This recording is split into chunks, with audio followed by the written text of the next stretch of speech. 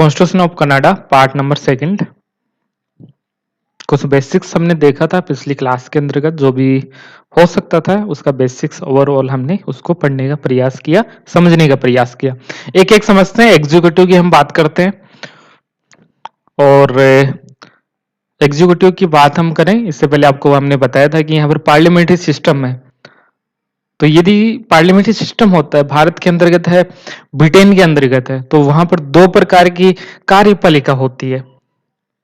एक के पास में पावर होती है, वास्तविक शक्तियों का प्रयोग किया जाता है एक के द्वारा, और एक केवल दिखाने के लिए शक्तियां होती है। जैसे भारत में राष्ट्रपति के पास में आप पढ़ोगे तो सभी शक्तियां राष्ट्रपति के पास में ही है, लेकिन व्यवहार में जो शक्तियों का प्रयोग किया जाता है वो मंत्रिपरिषद, मंत्रिमंडल के द्वारा ही किया जाता है, जिसमें प्रधानमंत्री भी शामिल होते हैं।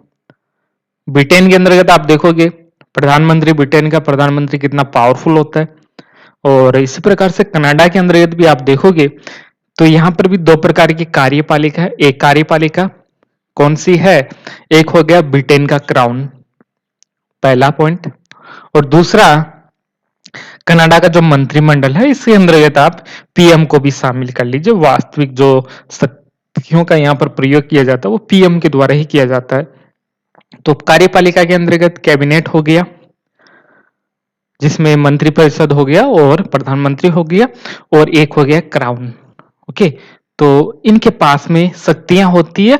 ये जो ब्रिटेन का क्राउन है, जिसका प्रतिनिधित्व यहाँ पर कनाडा के अंतर्गत होगा, जिसको हम कहेंगे गवर्नर जनरल का पद। ओके, गवर्नर जनरल उनका एक प्रतिनिधि के रूप में कनाडा के अंतर्गत काम करता है, और उनकी जो शक्तियां हैं वो वास्तविक नहीं है।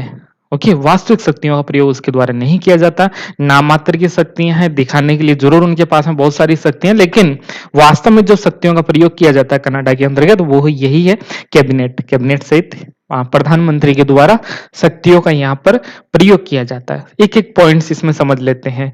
मोनार्क और गवर्नर जनरल यहाँ पर किस प्रकार काम कर रहा है, इनके बीच का रिलेशन कैसा है, कैसे हम कह रहे हैं कि जो शक्तियों का प्रयोग है वो कैबिनेट के द्वारा किया जाता है, ये केवल दिखाने के लिए होता है। ये जो पद है, जैसे भारत में राष्ट्रपति के पास में तो फिर भी ठीक ठीक पावर होती है, कुछ ना कुछ तो होती है।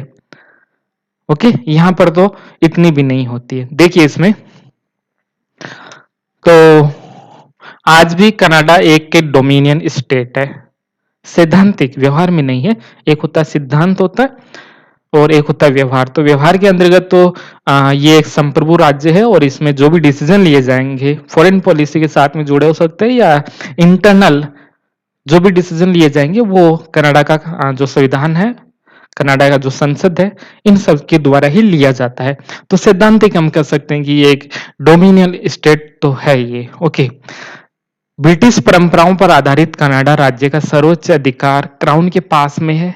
जो भी काम किए जाते हैं, जितने भी काम कनाडा के अंतर्गत किए जाते हैं वो इसी क्राउन के नाम से किए जाते हैं। क्राउन यहाँ पर डायरेक्ट शासन नहीं करता है, तो क्राउन का प्रतिनिधि यहाँ पर होता है, जिसको हम कहेंगे गवर्नर जनरल।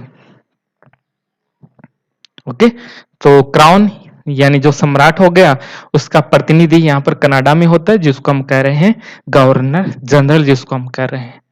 किसके द्वारा नियुक्त होता है? क्राउन के द्वारा इसकी नियुक्ति होती है। लेकिन क्राउन के द्वारा नियुक्ति होती है तो कौन सिफारिश कौन करेगा?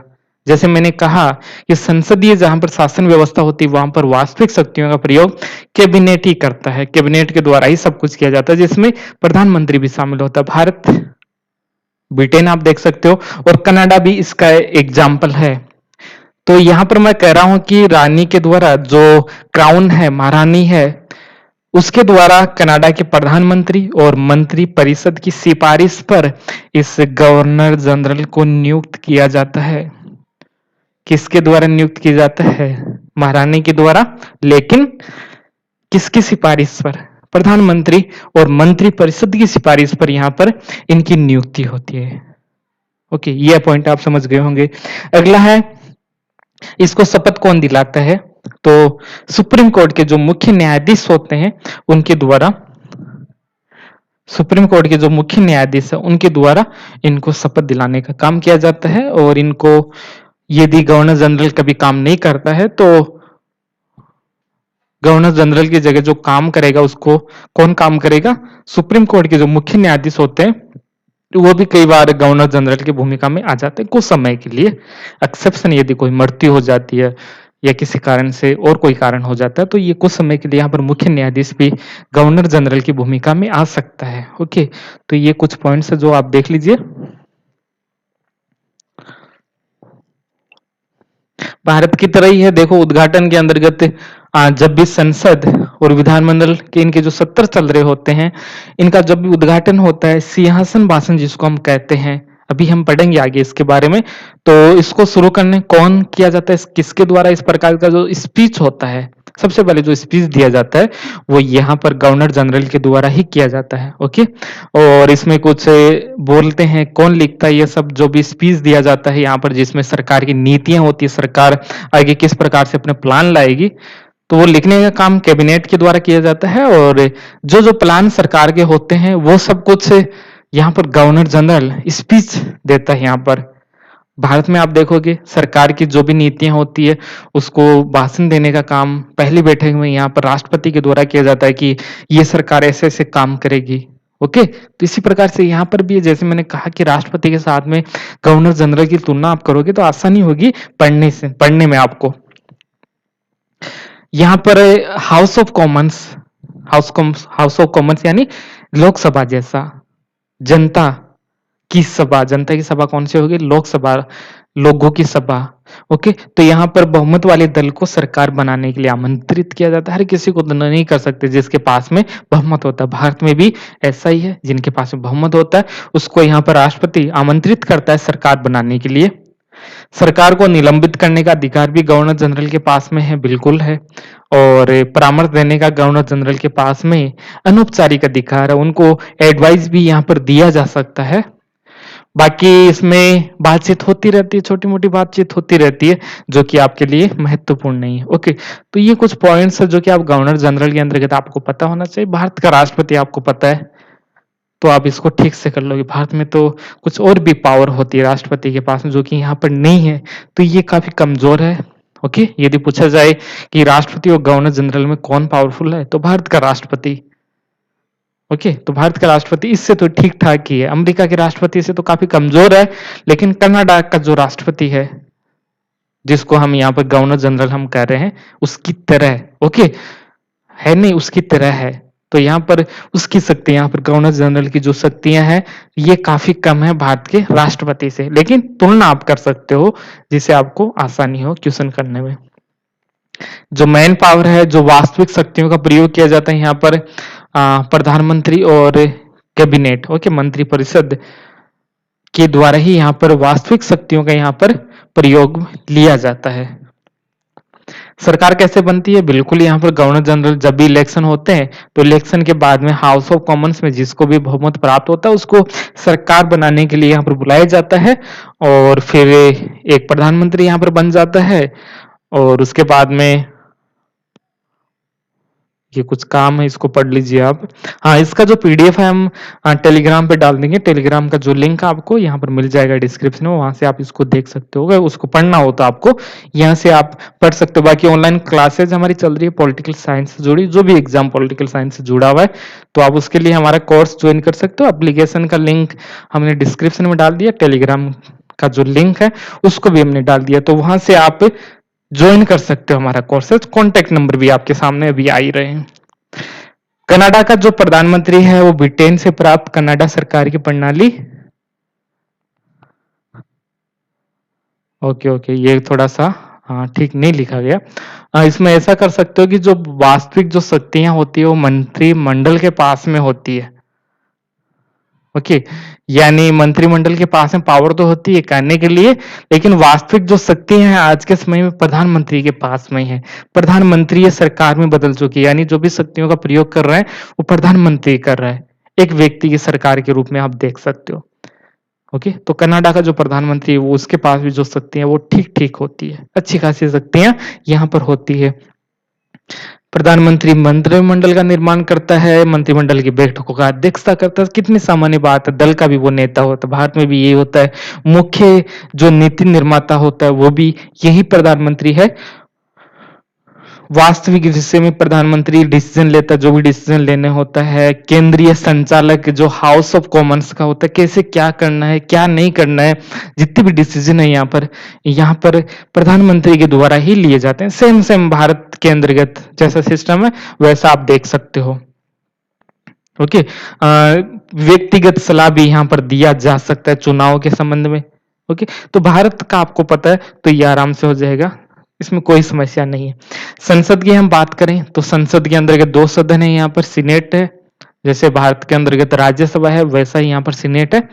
और ये काफी कमजोर है, यहाँ की जो सीनेट है काफी कमजोर है। दूसरा यहाँ पर हाउस ऑफ कॉमन्स है, जैसा जो जनता का सदन जिसको हम कह सकते हैं, लोकप्रिय सदन जिसको हम कह सकते हैं। भारत में जैसा लोकसभा है वैसा ये हाउस ऑफ कॉमन्स इसको हम कहते हैं। तो हाउस ऑफ कॉमन्स है और इनके जो भी राइट्स होते हैं कि केंद्र सरकार के पास में, सीनेट के पास में, हाउस ऑफ कॉमन्स के कॉन्टेक्स्ट में कुछ भी चेंज करना हो, अमेंडमेंट करना हो, तो संसद यहाँ पर कुछ चेंज करना चाहे तो कर सकती है। हाउस ऑफ कॉमन्स कनाडा की संसद के अंतर्गत सीनेट और हाउस ऑफ कॉमन्स में आप दो सदन आप देख सकते हो। यदि हम सीनेट का थोड़ा सा पढ़ लेते हैं, हल्का फुल्का पढ़ लेते हैं, आसान है। सीनेट के जो मेंबर होते हैं 105 इसमें मेंबर होते हैं, समझने वाला कुछ है नहीं। समझने वाला बस इतना आपको ध्यान में रखना है, पार्लियामेंट्री सिस्टम है यहाँ पर। फॉर्म ऑफ गवर्नमेंट की हम बात करें, फेडरल भी आपको यहाँ पर सिस्टम देखने को मिलता है, बाकी कुछ एक्सेप्शन जुडिशरी रिव्यू वाला थोड़ा सा आप देख लेना। बाकी भारत के साथ में आप कंपेरिजन करोगे, गवर्नर जनरल वाला कर लीजिए, प्रधानमंत्री वाला कर लीजिए और सुप्रीम कोर्ट वाला कर लीजिए, तो आपका कनाडा का कॉन्स्टिट्यूशन तैयार हो जाएगा। बहुत आसान है ये भी। जैसे चीन का संविधान सबसे आसान है, उसको पढ़ना कुछ गलत ही नहीं हो सकता उसमें, तो कभी छोटा सा है और आसान सा है। वैसे ही यहाँ पर भी ये कनाडा का संविधान है, ये भी आराम से तैयार हो जाता है, कोई इसमें समस्या नहीं आएगी। तो सीनेट है वो कमजोर है काफी, इसमें वीक है, इसके पास में पावर नहीं है। सीनेटर जो भी होते हैं उसकी नियुक्ति भी होते हैं, कुछ सीनेटर है उनकी नियुक्ति होती है किसके द्वारा, गवर्नर जनरल के द्वारा। सलाह कौन देता है, प्रधानमंत्री। जब भी नियुक्ति किसी की होती है तो वो कमजोर तो होंगे ही।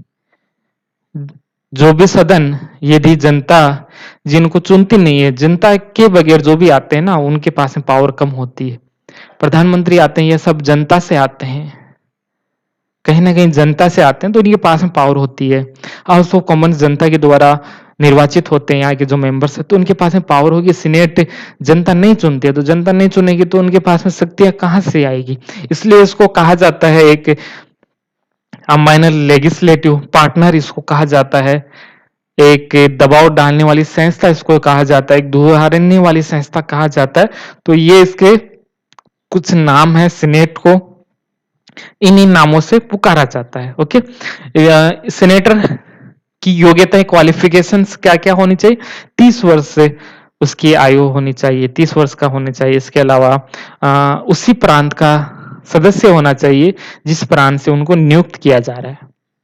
ओके, बाकी जीवन भर के लिए ही नियुक्त किए जाते हैं, लगभग 75 ईयर तक वो रह सकते हैं, जीवन भर यहाँ पर कहा जाता है। आजीवन ये मेंबरशिप इनकी रहती है। तो ये 3 क्वालिफिकेशन आप देख सकते हो। बाकी एक ये भी पढ़ना चाहो तो पढ़ लीजिए, ये बहुत महत्वपूर्ण है, इसको थोड़ा देख लीजिए।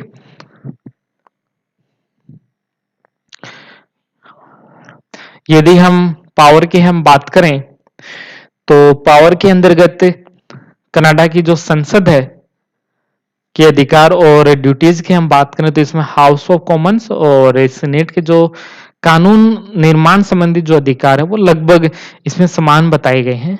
एक्सेप्शन क्या है, जो मनी बिल होता है उसको केवल और केवल हाउस ऑफ कॉमन्स में प्रस्तुत किया जा सकता है।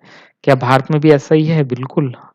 धन विधेयक है उसको कहां पर पेश किया जा सकता है, पैसों से जुड़े जो भी है, वित्त से जुड़े हैं, धन से जुड़े हुए हैं, भारत के अंतर्गत भी आप देखोगे तो हाउस ऑफ कॉमन्स में प्रस्तुत किए जाते हैं। तो मैंने कहा कि भारत से तुलना आप करोगे तो आपकी जो क्वेश्चंस है वो सही हो जाएंगे। ओके, तो ये देख लीजिए, लगभग अधिकार, समान अधिकारों की बात की गई, केवल मनी बिल के कॉन्टेक्स्ट में यहाँ पर बताया गया है कि केवल हाउस ऑफ कॉमन्स में ही इसको पेश किया जा सकता है, बाकी सेम। ओके, तो राइट काफी ठीक ठीक इसमें यहाँ पर बताया जा रहा है। सीनेट एक कमजोर सदन कैसे है, सीधी सी बात है कि लोकसभा को, जिसको हम हाउस ऑफ कॉमन्स कह रहे हैं, ये निर्वाचित होता है। जब भी निर्वाचित होता है तो उसके पास में शक्तियां ज्यादा होती है। लोकसभा वाला अभी हमने देखा, और मंत्रिमंडल है वो यहाँ पर लोकसभा के प्रति उत्तरदायी होता है। भारत में भी ऐसा ही है और कनाडा के अंतर्गत भी ऐसा ही है। इसको कुछ नाम और दिए गए हैं। स्लीपिंग ब्यूटी इसको कहा जाता है। ओके, सोए हुए ब्यूटी, सुंदरता, सोए हुए सौंदर्य, ये ठीक लगता है, सोता सोते ही अच्छा लगता होगा, ऐसा कुछ कहना चाह रहे होंगे कि ये है सीनेट है वो ठीक है, देखने में अच्छा लग रहा है, ओके, होना चाहिए, और इतना कोई इसका रोल नहीं होता, तो इसकी कुछ क्रिटिसिज्म किया जाता है। स्लीपिंग ब्यूटी इसको कहा जाता है। कारण कारण इसमें आपको दिया है, पढ़ लीजिए आप। बाकी इसको पारिश्रमिक शिथिलता भी इसको कहा जाता है। क्यों कहा जाता है, इसको भी आप पढ़ लीजिए। ओके, तो ये स्लीपिंग ब्यूटी हो गई, पारिश्रमिक शिथिलता हो गई, और यहाँ पर एक पॉइंट और देखा था हमने यहाँ पर, और ये रहा, ओके, माइनर लेजिस्लेटिव पार्टनर इसको कहा जाता है। तो ये कुछ नाम है जो कि इसको दिए गए हैं, ये भी आपको पढ़ लेना है। ओके, ध्यान रख लेना थोड़ा थोड़ा कि इस प्रकार के जो शब्द है वो किसके लिए काम में लिए जाते हैं। सीनेट के लिए ये काम में लिए जाते हैं। स्लीपिंग ब्यूटी जैसे जो शब्द है वो किससे जुड़े हुए हैं, तो ये भी कभी कोई गलती से पूछ ले तो बता देना आप। Okay, Lok Sabha house of common से तुलना करते जाइए भारत के साथ में। पॉपुलर है और रिप्रेजेंटेटिव है, बिल्कुल। लोकप्रिय कौन होता है, जनता से जो भी चुना जाता है, जनता की सरकार होती है, जनता के प्रतिनिधि होते हैं, उनको हम क्या कहेंगे, लोकप्रिय हम उसको कहेंगे। और रिप्रेजेंटेटिव, जनता के प्रतिनिधि यहाँ पर होते हैं, मेंबर्स हैं 338 इसके मेंबर होते हैं। सिंगल मेंबर कंस्टिट्यूंसी की तरह ही होता है, एकल सदस्य निर्वाचन क्षेत्र होता है, और दो ऐसे क्षेत्र जहां पर दो सदस्य चुने जाते हैं, दो सदस्य चुने जाते हैं, जिसमें हैलिफैक्स और क्वींस का नाम आप ले सकते हो, दोनों आपको ध्यान में रखना है। कोई भी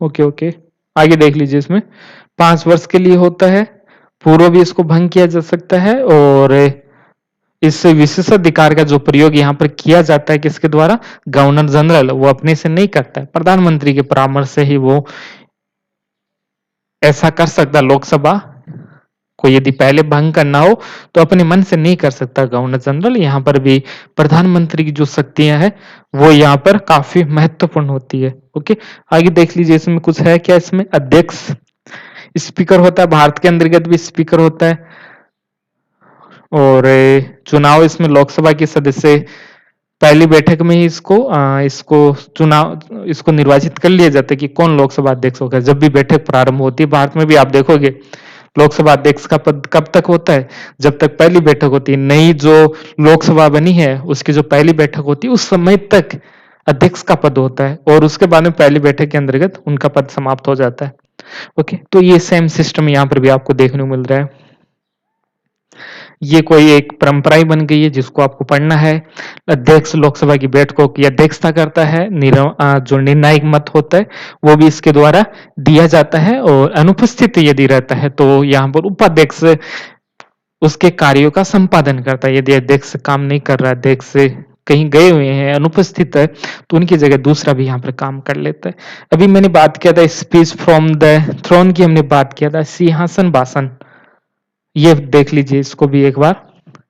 तो किस प्रथम बैठक में दिया जाता है, और इसमें कौन सी नीतियां होती है, वे सभी नीतियां होती है जो कि सरकार भविष्य में करना चाहती है। कौन देता है ये स्पीच फ्रॉम द थ्रोन, ये कौन देता है, गवर्नर जनरल। भारत में भी राष्ट्रपति के द्वारा इस प्रकार का एक स्पीच दिया जाता है। लोकसभा की जब भी प्रथम बैठक होती है तो पहली बैठक के अंतर्गत वो बता देते हैं कि सरकार की जो नीतियां हैं वो किस प्रकार की होगी, उसके बारे में यहाँ पर बता दिया जाता है।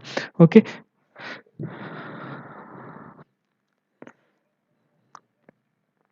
इसको कुछ नाम भी दिया गया है। लोकसभा को क्या कहा जाता है, राष्ट्र की शिकायतों की समिति और इसके विचारों की सभा इसको कहा जाता है। कनाडा के अंतर्गत जो लोकसभा है तो वहां पर ऐसा ऐसा कुछ कहा जा रहा है। ओके, चलिए आगे जुडिशरी देख लेते हैं। ज्यादा नहीं, जुडिशरी है और थोड़ा बहुत हमें पॉलिटिकल सिस्टम देखना, आसान सा पढ़ लीजिए इसको कैसे बनता है। तो यहाँ पर जो हमने देखा था 1867 का जो देखा था नॉर्थ अमेरिका अधिनियम, हमने देखा था जो एक्ट देखा था नॉर्थ अमेरिका अधिनियम वाला। ओके, तो उसमें तो ऐसा नहीं है, लेकिन उसमें इतना ही कहा, उसमें इतना तो नहीं कहा गया कि एक सुप्रीम कोर्ट होगा, जुडिशरी सिस्टम हो सकता है, ऐसा कुछ नहीं है। एक अपीलीय न्यायालय बना सकते हैं, ऐसी बात इसमें कही गई थी। ओके, इस एक्ट के अंतर्गत। उसके बाद में क्या हुआ, 1875 के अंतर्गत इसी आधार पर इसी आधार पर यहाँ पर एक सुप्रीम कोर्ट बनाया जाता है। लेकिन आपको ध्यान में रखना है, जो एक्ट बना था नॉर्थ अमेरिका वाला, उसमें उसके द्वारा नहीं बना, उसके बाद में 1875 में सुप्रीम कोर्ट को बनाया गया था, मूल में नहीं था। उसमें ऐसा कुछ नहीं लिखा गया था कि सुप्रीम कोर्ट हम बना रहे हैं। उसमें यह कहा गया था कि एक अपीलीय न्यायालय की तरह आप कुछ कुछ बना सकते हो, ऐसा उसमें केवल कहा गया है। क्या क्या होता है इसमें, 9 मेंबर होते हैं, 8, और एक इसमें जो मेन जज होता है। बाकी नियुक्ति कौन करता है, गवर्नर जनरल द्वारा किया जाता है, मंत्रिमंडल की सिफारिश पर, और 75 ईयर तक वो अपने पद पर रह सकता है। ओके, ये नियुक्ति आप देख लीजिए। हटा सकते हैं, बिल्कुल ठीक से काम नहीं कर रहा है, उनका व्यवहार यदि अच्छा नहीं है, देश के प्रति यदि समर्पित नहीं है, तो उसको हम हटा भी सकते हैं। ये भी एक इसमें प्रावधान आपको देखने को मिलता है। किस किस के प्रति वचनबद्ध होता है, तो विधि का शासन स्वतंत्र और निष्पक्ष और सबके लिए उपलब्ध होगा, निष्पक्ष रहेंगे हम। कॉन्स्टिट्यूशन में जो लिखा गया है उसके प्रति हम कटिबद्ध रहेंगे। ओके, जो जो संविधान के अंतर्गत लिखा गया है उसी को हम फॉलो करेंगे, ना कि और किसी की बात हम नहीं मानेंगे। संविधान को हम फॉलो करेंगे, उसको हम प्रोटेक्ट, एक गार्जियन की तरह हम उसकी फॉलो करेंगे, उसको हम निभाएंगे भाई। ओके, ये बातें इसमें लिखी गई है।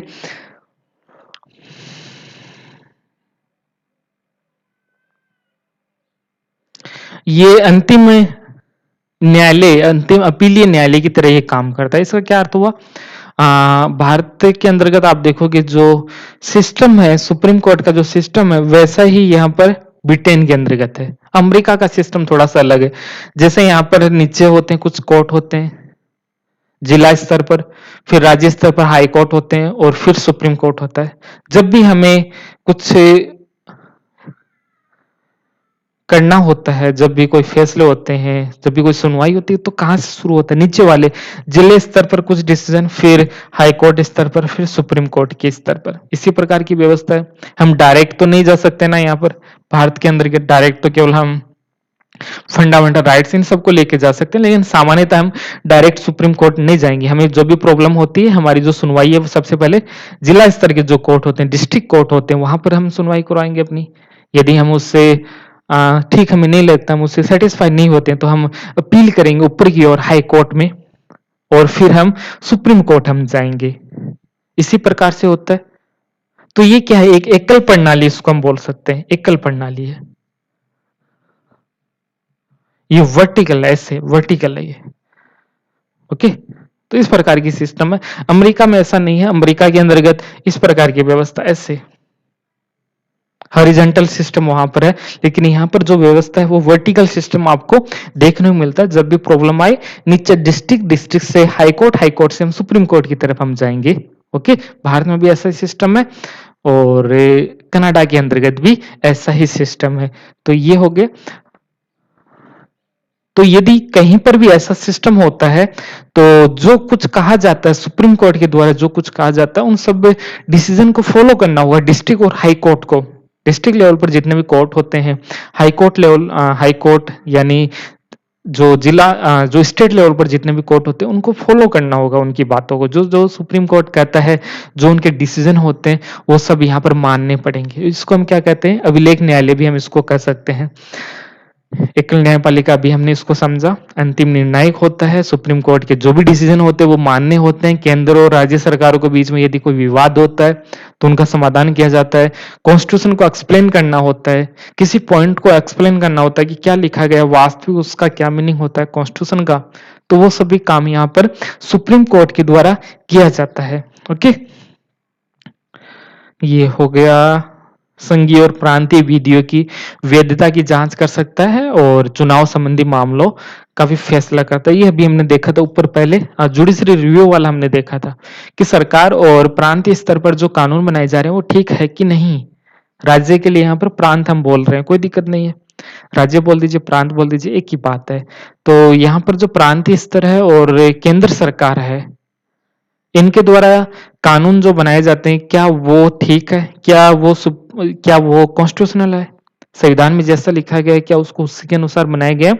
यदि नहीं बनाया जाता है तो यहाँ पर उनको खत्म कर सकती है। उनके द्वारा जो कानून बनाए जाते हैं केंद्र सरकार और राज्य सरकार के द्वारा उसको समाप्त करने की शक्ति भी है। तो इसलिए मैंने इस कॉन्टेक्स्ट में कहा था कि जुडिशरी पावर है, ये आपको ध्यान में रखना है। सॉरी, जो जुडिशरी रिव्यू का जो पावर इनके पास में है, लेकिन आप फंडामेंटल राइट्स के कॉन्टेक्स्ट में आप देखोगे तो इनके पास में जुडिशरी रिव्यू का पावर नहीं है। यदि जनता के मूल अधिकारों का उल्लंघन होता है तो हम सुप्रीम कोर्ट नहीं जा सकते। सुप्रीम कोर्ट इस मामले में कुछ भी नहीं करता है। ओके, इस पॉइंट को थोड़ा सा ध्यान से सुन लेना आपको और याद भी कर लेना इसको। एडवाइजरी फंक्शन, गवर्नर जनरल पूछ सकता है कि क्या करना है। विधि का कोई मामला है तो वो सुप्रीम कोर्ट से पूछ सकता है कि इसमें क्या होना चाहिए, इसको क्या करना है, क्या नहीं करना है। पूछना चाहे तो पूछ सकता है।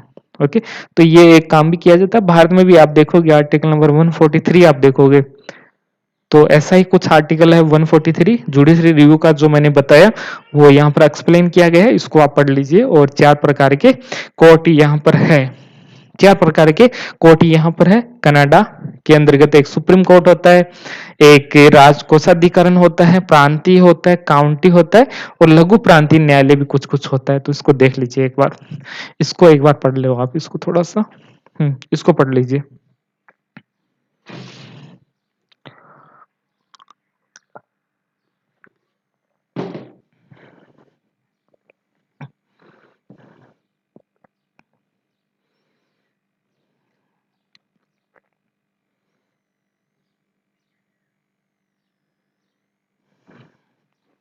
ओके, तो ये तीनों हमारे हो गए सरकार के जो 3 अंग होते हैं, तीनों आप समझ गए होंगे। सुप्रीम कोर्ट किस प्रकार से काम करता है, एग्जीक्यूटिव और यहाँ का जो पार्लियामेंट है,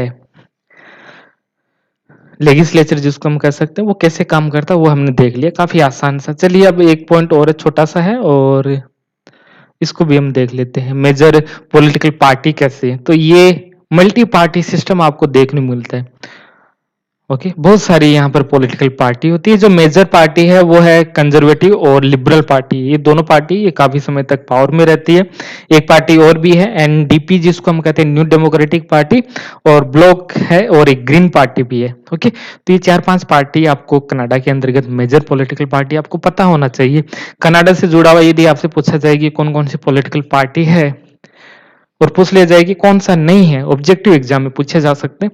यदि कोई इसमें से नहीं है तो आप टिक कर देना आराम से। तो एक कंजर्वेटिव हो गया, लिबरल हो गया, एनडीपी हो गया, ब्लॉक हो गया और ग्रीन पार्टी हो गया। ओके, तो 5 मेजर पार्टी है और भी बहुत सारी है, लेकिन ये क्वेश्चन यदि आएगा तो यहाँ से आ जाएगा। तो किस प्रकार का सिस्टम है यहाँ पर।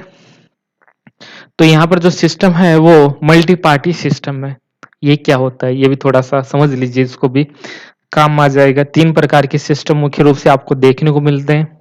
पार्टी सिस्टम, एक होता है वन पार्टी सिस्टम होता है, एक होता है 2 पार्टी सिस्टम होता है, एक मल्टी पार्टी सिस्टम भी होता है। ओके, तो यदि वन पार्टी सिस्टम कहीं भी होता है तो उसमें जो कंट्रोल मुख्य रूप से किया जाता है उसी के द्वारा किया जाता है। चीन का एग्जाम्पल बेहतर है। कम्युनिस्ट पार्टी आप देख सकते हो चीन के अंतर्गत। कुछ पार्टी और भी होती है वहां पर, लेकिन वो सभी उसके अधीन होती है। जो कम्युनिस्ट पार्टी है उसी के अधीन जो अदर पॉलिटिकल पार्टी वो होती है। मैन जो पावर में होगी यही हमेशा रहती है। जो भी किया जाएगा वो इसी के द्वारा किया जाएगा।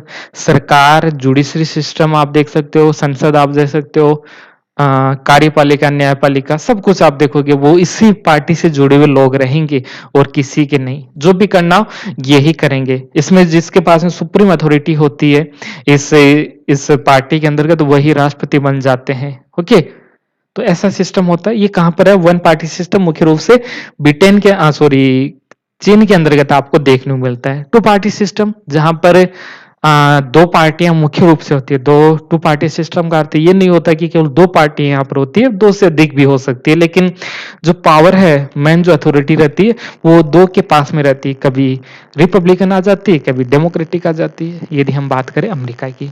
ओके, तो यूएसए हो गया और यूके हो गया, यूनाइटेड किंगडम, ब्रिटेन, इंग्लैंड। तो यहाँ पर आपको टू पार्टी सिस्टम आपको देखने को मिलता है। 2 पार्टियां यहाँ पर प्रभावी होती है और भी कई सारी पॉलिटिकल पार्टी हो सकती है, लेकिन उनका रोल कम होता है। और तीसरे की हम बात करें तो ये हो गया मल्टी पार्टी सिस्टम।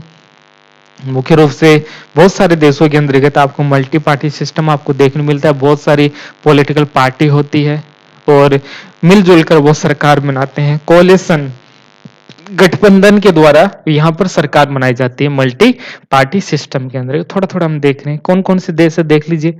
बहुत सारे देश हैं। आपको कौन कौन सा पता होना चाहिए? सभी का आपको पता होना चाहिए। जैसे इंडिया, कनाडा तो हमें पता ही है, ओके। और इसके साथ में ही न्यूजीलैंड आपको पता होना चाहिए, न्यूजीलैंड भी। जापान हो गया, Indonesia, Israel, Mexico, Taiwan, Brazil, ये सभी देशों के अंतर्गत आपको मल्टी पार्टी सिस्टम आपको देखने को मिलता है, ओके। तो ये हो गया हमारा कर्नाटक का संविधान। काफी आसान सा, बस भारत का संविधान आपको ध्यान में रखना है। और जो भी एक्सेप्शन है, मुश्किल से आधा पेज का एक्सेप्शन होगा। जो जो एक्सेप्शन है उसको नोट कर लीजिए और पढ़ने की आवश्यकता ही नहीं है उसके बाद तो आपको, ओके। भारत के साथ में तुलना करते जाइए और आंसर देते जाइए, काफी आसान है। तो इसको आप देख सकते हो। बाकी एप्लीकेशन है ये हमारा, ओके। गूगल स्टोर में जाइए और वहां पर आपको कई सारे जो कोर्सेज होते हैं पॉलिटिकल साइंस से जुड़े, assistant professor, PGT level, NTA, net और सिविल सर्विस से जुड़े जितने भी एग्जाम जिनका संबंध पॉलिटिकल साइंस से जुड़ा हुआ है, तो वो सब आपको वहां पर मिल जाएगा। कोर्सेज आप ज्वाइन कर सकते हो।